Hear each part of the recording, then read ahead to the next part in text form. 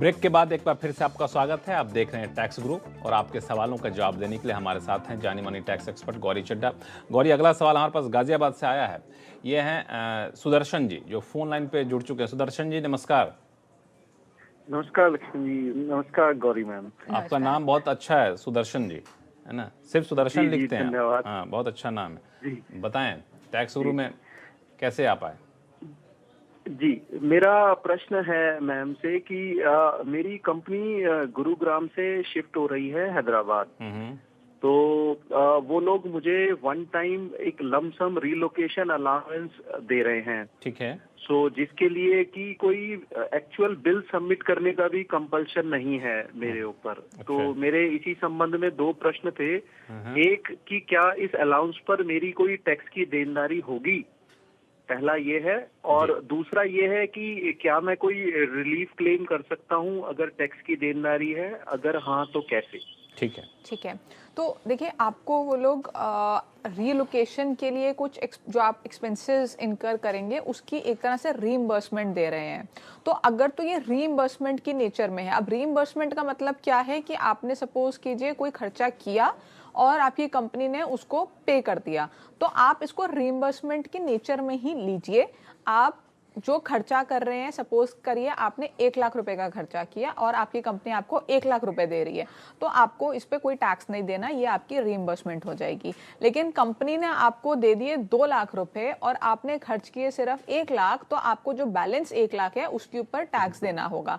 अब कंपनी ने आपसे नहीं मांगे कोई भी एक्चुअल बिल्स, वो एक अलग बात है, लेकिन अगर आप खर्चा कर रहे हैं तो आपने वो एक्चुअल बिल्स संभाल के रखने हैं, क्योंकि अगर बाई चांस कभी आपका केस स्क्रूटनी में आता है और आपने ये रीइंबर्समेंट पे टैक्स नहीं दिया है, तो आपको वो एक्चुअल बिल्स दिखाने होंगे, तभी आपकी जो टैक्स है वो उस पर बच पाएगा। अदरवाइज वो जो असेसिंग ऑफिसर है वो उसको एड बैक कर देगा। तो आप जो एक्चुअल बिल्स हैं वो संभाल के रखिएगा और उतना ही रीइंबर्समेंट क्लेम कीजिएगा जितना आपने एक्चुअल में खर्चा किया है। अब चलते हैं पुणे, जहां से मुकेश आनंद जी फोन लाइन पर जुड़ चुके हैं। मुकेश जी नमस्कार, क्या सवाल आपके पास? नमस्कार जी। नमस्कार। पहले तो मैं आपको बधाई दूंगा, आपका बहुत बढ़िया प्रोग्राम है। चलिए, बहुत बहुत धन्यवाद। हमारे जैसों के लिए बड़ा फायदेमंद है। तो अगली बात ये है कि I am a senior citizen. ठीक है। And the question is about the sale of property which my parents built in 1971। अच्छा। And by will it has been left to the 3 sons. 2 are NRIs and I am in India. I am planning to sell the house in financial year 23-24. Okay. I need to ask few questions. हाँ बताएं। क्या मेरे को एक separate account खोलना पड़ेगा जो proceeds आएंगी शेयर की, या एग्जिस्टिंग जॉइंट अकाउंट में मैं उसको डाल सकता हूँ? ठीक है, गौरी जी क्या कर सकते हैं? देखिए, सबसे पहले तो जैसे आपने बताया वो प्रॉपर्टी विल के थ्रू आप 3 लोगों के नाम पे है, तो जब आप इसको प्रॉपर्टी को बेचेंगे तो आपके ऊपर आप पहले तो इंडेक्सेशन करेंगे, आप अपना कैपिटल गेन कैलकुलेट करेंगे और उसके बाद जब आप उस प्रॉपर्टी को बेचेंगे तो तीनों के अकाउंट में जिस भी परसेंटेज पे आप होल्डिंग रखते हैं उस परसेंटेज में आपके अकाउंट में पैसा आ जाएगा। वो पैसा डायरेक्टली आप अपने जो भी आपका रनिंग अकाउंट है, आपका सेविंग्स अकाउंट है, एनआरओ एनआरई अकाउंट है, उसमें एनआरओ अकाउंट उसमें आप ले सकते हैं।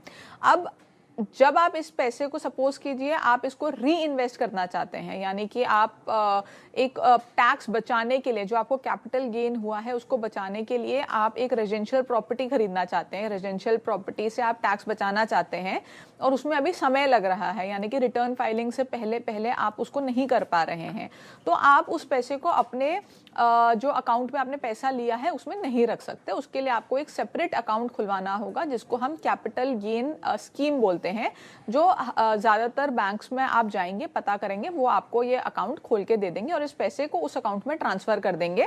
जैसे जैसे आपको पैसा चाहिए होगा, जैसे आपने प्रॉपर्टी बुक कर दी है या आप कंस्ट्रक्ट कर रहे हैं, तो आप उस अकाउंट में से पैसा निकाल के उसको वहाँ पे लगा सकते हैं, बट इस पैसे को आप कहीं और यूज़ नहीं कर पाएंगे और ऐसे फ्रीली विड्रॉ नहीं कर पाएंगे। चलिए, तो ये है आपके लिए समाधान। अब चलते हैं पुणे, जहां से विजय इंगले जी हमारे साथ फोन लाइन पर जुड़ चुके हैं। विजय जी नमस्कार, बताएं सवाल क्या? नमस्कार। हाँ, मेरा सवाल ये सेक्शन 54 से संबंधित है। हम्म, मैंने बैंक से होम लोन लेकर एक नया फ्लैट खरीदा है, ठीक है। जिसका एग्रीमेंट जनवरी 2021 में हुआ है और पोजेशन अभी जून 2023 में मिलने वाला है। अभी आखिरी इंस्टॉलमेंट उसका पोजेशन के वक्त देना है। ठीक है। अभी अगर पोजेशन मिलने के बाद 1 साल के अंदर मैंने मेरा पुराना फ्लैट बेच दिया, तो क्या फिर होने वाले लॉन्ग टर्म कैपिटल गेन पर मुझे सेक्शन 54 के तहत टैक्स की छूट मिलेगी? और अगर हाँ, तो क्या फिर मुझे उस रकम से होम लोन चुकाना जरूरी है? ये मेरा सवाल ठीक है। ठीक जी जी, मैं बता देती हूँ। तो आपका जो सेक्शन 54 जिसकी आपने बात की, वो कहता है कि जब भी आप कोई प्रॉपर्टी बेचते हैं तो उस प्रॉपर्टी को बेचने में जो आपको कैपिटल गेन हो रहा है उसको बचाने के लिए या तो आप 1 साल पहले या 2 साल बाद आप कोई भी रेजिडेंशियल प्रॉपर्टी खरीद सकते हैं, या 3 साल के बाद आप के विद इन आप कंस्ट्रक्ट कर सकते हैं। तो आपका ये क्लॉज तो पूरा हो रहा है कि 1 साल पहले आपने खरीद लिया, वो क्लॉज आपका पूरा हो गया। अब इसमें बात सिर्फ ये है कि आपने पोजेशन अभी लिया है, एग्रीमेंट पहले किया था, तो इस पे बहुत सारे जजमेंट्स हैं, लेकिन इसमें आपको ध्यान इस बात का देना है कि आप पोजेशन की डेट तो ले सकते हैं, उसमें कोई दिक्कत नहीं है, लेकिन आपको ये प्रूव करना होगा कि आपने जब प्रॉपर्टी को बुक कराया था उस टाइम पे वो प्रॉपर्टी कंस्ट्रक्टेड नहीं थी, और वो कंस्ट्रक्ट तभी हुई है जब आपको पोजेशन मिला है। उस केस में आप डेट ऑफ पोजेशन को अपना डेट मान सकते हैं और इस केस में आप अपना कैपिटल गेन बचा सकते हैं।